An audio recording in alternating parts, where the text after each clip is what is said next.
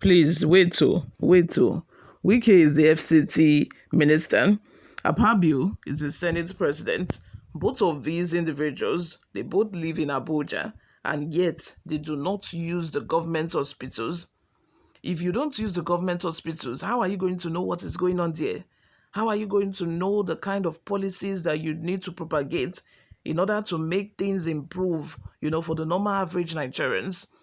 Because these people have stolen government money, they are now, very wealthy. They are rich enough to finance their travel abroad or to even use private hospitals, when a family member is sick or when they themselves is sick. But you are right there in Abuja. This is the hospitals that, the normal average Nigerians use, but you have never gotten to the hospital before. You have never had you have never been there before. Please, how are you going to be able to, know what and what is lacking in the hospitals? How are you going to know, how you are going to contribute your own quota, to make the hospital a better place? But anyway, Abuja resident doctors are telling Wike and Akpabio, to use the government hospitals, to come and use the hospitals to see for themselves, the deplorable state that the hospitals are in. Before we delve right into the details of today's news, if this is your first time here, you have not subscribed to this channel, kindly click on the subscribe button down below. Like this video, also leave your opinions in the comments section as well. Association of Resident Doctors, Federal Capital Territory Administration, has commenced a 3-day warning strike over unpaid salaries, allowances, and other demands, to compound the fact that these governors are most times overworked. Most doctors have traveled abroad, so most hospitals in Nigeria are short-staffed, very short-staffed. These doctors are having to work shift after shift, in order to compound that fact, they are also not being paid salaries. They are not given their allowances. Please, how do you want them to function optimally? How do you want them to function properly when you are not even... That is why these doctors keep running outside the country. They prefer to work outside. They prefer to finish their school here and then start processing their traveling.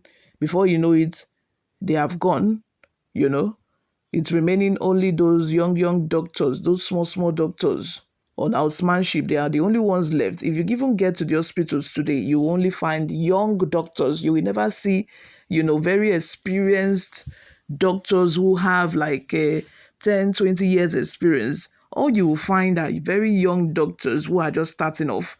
And most of them will put laptop in their front like this. They'll be pressing laptop while attending to you. They'll be on their phones while attending to you. I think that they have different groups that they are on where they can, just ask questions. What is the medicine for so? What do you give somebody that has this kind of symptoms?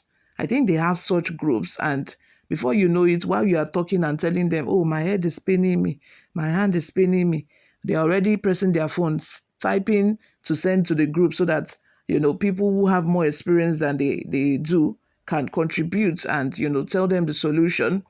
And that is how they operate. That is the modus operandi.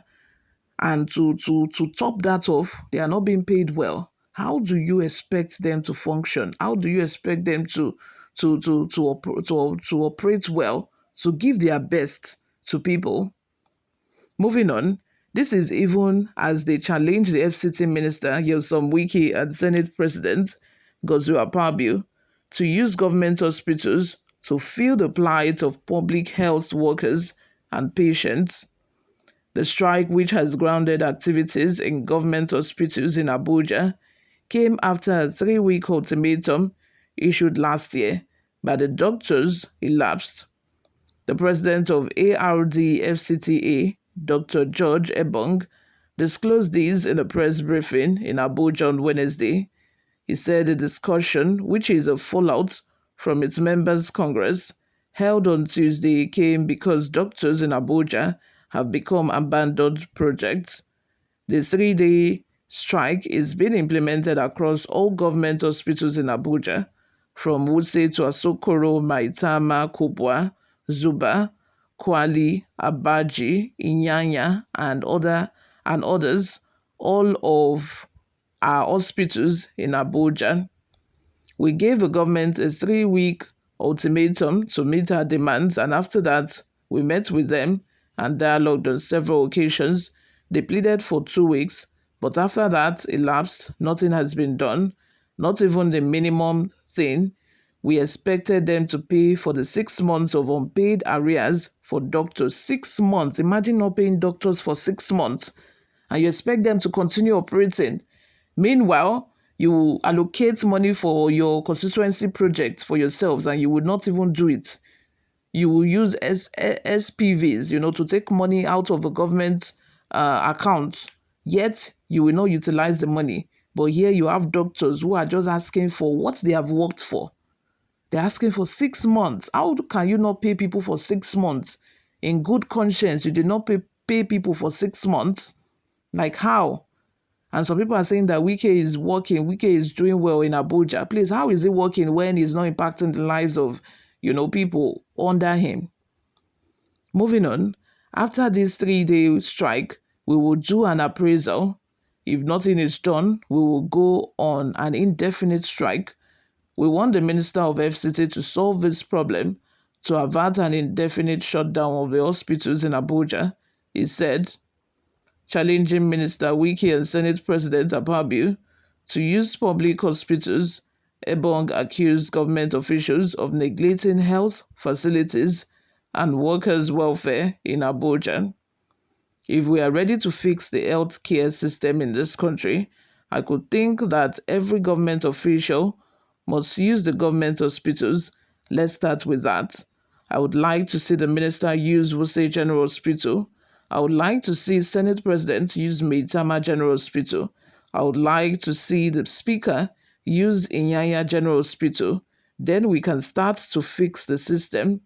If they don't use it, then we can't fix it. I'm sorry, but that's the truth, he said on Channels Television's Politics Today program on Wednesday.